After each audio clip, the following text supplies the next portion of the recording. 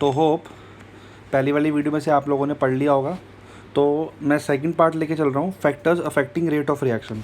तो मेरे हिसाब से अब तक आपको पता लग गया होगा कि रेट ऑफ रिएक्शन होता क्या है। रिएक्टेंट के आगे नेगेटिव लगता है, प्रोडक्ट के आगे पॉजिटिव लगता है। दूसरा dR/dt लेके चलते हैं हम लोग, और जो भी उसका कोफिशिएंट होता है, स्टोइचियोमेट्रिक कोफिशिएंट होता है, वो 1/, में आ जाता है। सबको इतनी बातें समझ आ गई होंगी। अब अगला जो बात है वो है फैक्टर इन्फ्लुएंसिंग, ऐसे फैक्टर्स जो रेट ऑफ रिएक्शन पे डिपेंड कर रहे हैं, ठीक है, जिन पे रेट ऑफ रिएक्शन डिपेंड कर रहा है। तो सबसे पहली बात है dependence of rate of concentration. Concentration किस तरह से डिपेंड करती है? तो अब किसकी कॉन्सेंट्रेशन, रिएक्टेंट या प्रोडक्ट की? तो सबसे सिंपल सी बात बोल रहा हूँ मैं, एक बड़ी सिंपल सी बात है, इतना ध्यान रखो, रिएक्टेंट हो या प्रोडक्ट हो, उसकी कॉन्सेंट्रेशन रेट पे डिपेंड कर भी सकती है और नहीं भी कर सकती। ज़रूरी नहीं कि हर बार करेगी, हो सकता है वो ना भी करे, कोई बहुत बड़ी बात नहीं है। ये सिर्फ यहाँ लिखा हुआ है, देखो ज़रा, at a given temperature give me depend on concentration, मतलब कि रेट किसी की कॉन्सेंट्रेशन पे डिपेंड कर भी सकता है और नहीं कर सकता, ठीक है। अच्छा जी, लेकिन सबसे ज़्यादा ज़रूरी बात हमारे लिए क्या है, ये रेट लॉ। इसी रेट लॉ के ऊपर पूरा चैप्टर बेस्ड है। अब वो कैसे है वो देखते हैं ज़रा हम। तो अगला जो टॉपिक है हमारा, rate expression, rate constant, rate law, बोलो कुछ भी बोलो इस चीज़ को। अब देखें ज़रा सबसे स्टार्टिंग में, अब देखो ज़रा, एक बैलेंस इक्वेशन है ए बी से बना सी डी। तो छोटा जो small A B C D है ये उनके कोफिशिएंट्स हैं। अच्छा, तो इसके लिए रेट क्या हो जाएगा? रेट, यहाँ पे रेट लॉ की बात हो रही है, पर रेट लॉ को और रेट को बराबर लेके चलते हैं हम, ए की पावर x और b की पावर y। अब ध्यान से, a के आगे क्या लगा है? a, तो क्या ये x a होगा? क्या ये वाला x, ये वाला जो x है वो a होगा? नहीं, ये a नहीं होगा। तो ध्यान रखना, रेट एक्सप्रेशन किसकी बात हो रही है?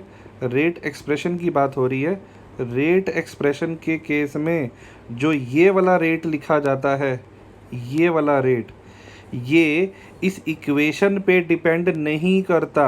यानी कि इस इक्वेशन को देख करके हम कभी भी रेट लॉ लिख नहीं सकते। रेट लॉ हमेशा एक्सपेरिमेंटली होगा।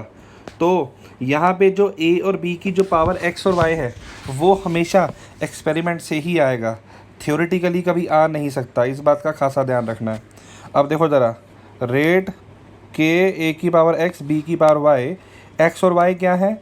कुछ कोफिशिएंट्स हैं जिनको कि रिएक्शन को देख के हम नहीं निकाल सकते। अगर एक्स वाई निकालना है तो वो एक्सपेरिमेंट से ही आएगा।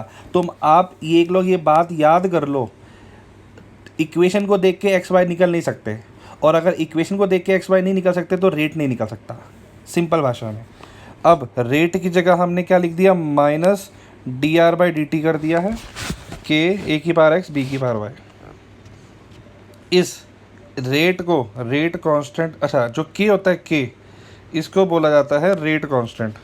और एक और बात, ये वाली जो इक्वेशन है माइनस dR/dt वाली, इस इक्वेशन को हम बोलते हैं डिफरेंशियल रेट इक्वेशन। क्यों? डिफरेंशिएशन की फॉर्म में लिखा है ना, माइनस dR/dt लिखा है, तो इसलिए हम इसको ये लेके चलते हैं, ठीक है जी। तो ध्यान से देखो, रेट लॉ क्या है? Rate law in a reaction is given the term molar concentration reactant की और उनका कुछ पावर। अब उनकी पावर क्या है? क्या वो रिएक्शन को देख के आएगी? नहीं। हम पता लगा सकते हैं? नहीं। सारी बात एक्सपेरिमेंटल है। आई थिंक सबको आ गया होगा समझ। रेट लॉ थ्योरेटिकली नहीं निकाला जा सकता, प्रैक्टिकली ही निकाला जाएगा। मैं मान लो, मैं एक इक्वेशन की बात करता हूँ। मान लो a प्लस b से c बना, हो सकता है रेट के a की पावर 0 हो जाए और b की पावर 2 हो जाए, ये भी हो सकता है। पर जो भी होगा मैं इनको देख के पता नहीं लगा सकता, एक फिक्स बात है। मैं रिएक्टेंट्स को देख के पता नहीं लगा सकता हूँ। जब भी बात आएगी तो प्रोडक्ट की ही आएगी, उन्हीं को देख के पता लगाया जा सकता है। यहाँ तक बात समझ में आ गई? अब देखो ज़रा, रेट लॉ मैंने बात बोली, रेट लॉ जो होता है वो एक्सपेरिमेंटली ही आ रहा है। तो रेट लॉ में जो ये जो एक्स और वाई होते हैं, इनको अगर हम ऐड कर दें तो उसी को बोलते हैं हम ऑर्डर ऑफ रिएक्शन। ये जो ऑर्डर देखो, ये रेट लॉ लिखा हमने, यहाँ पे जो पावर x और y हैं इनको सम कर दोगे, x प्लस वाई कर दोगे, यही है ऑर्डर ऑफ रिएक्शन।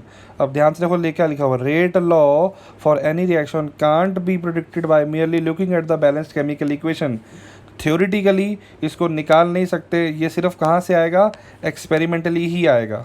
और अब देखो ज़रा यहाँ पे जो ये जो डेफिनेशन लिखी हुई है, कह रहा है powers, sum of the powers of concentration in rate law, rate expression में जो सारी पावर्स हैं उसको बोलते हैं ऑर्डर ऑफ रिएक्शन। ऑर्डर जो होता है वो एक्सपेरिमेंटली ही आएगा। तो सारी चीज़ें एक्सपेरिमेंटली ही आती हैं, थ्योरेटिकली कुछ भी निकाला नहीं जा सकता है।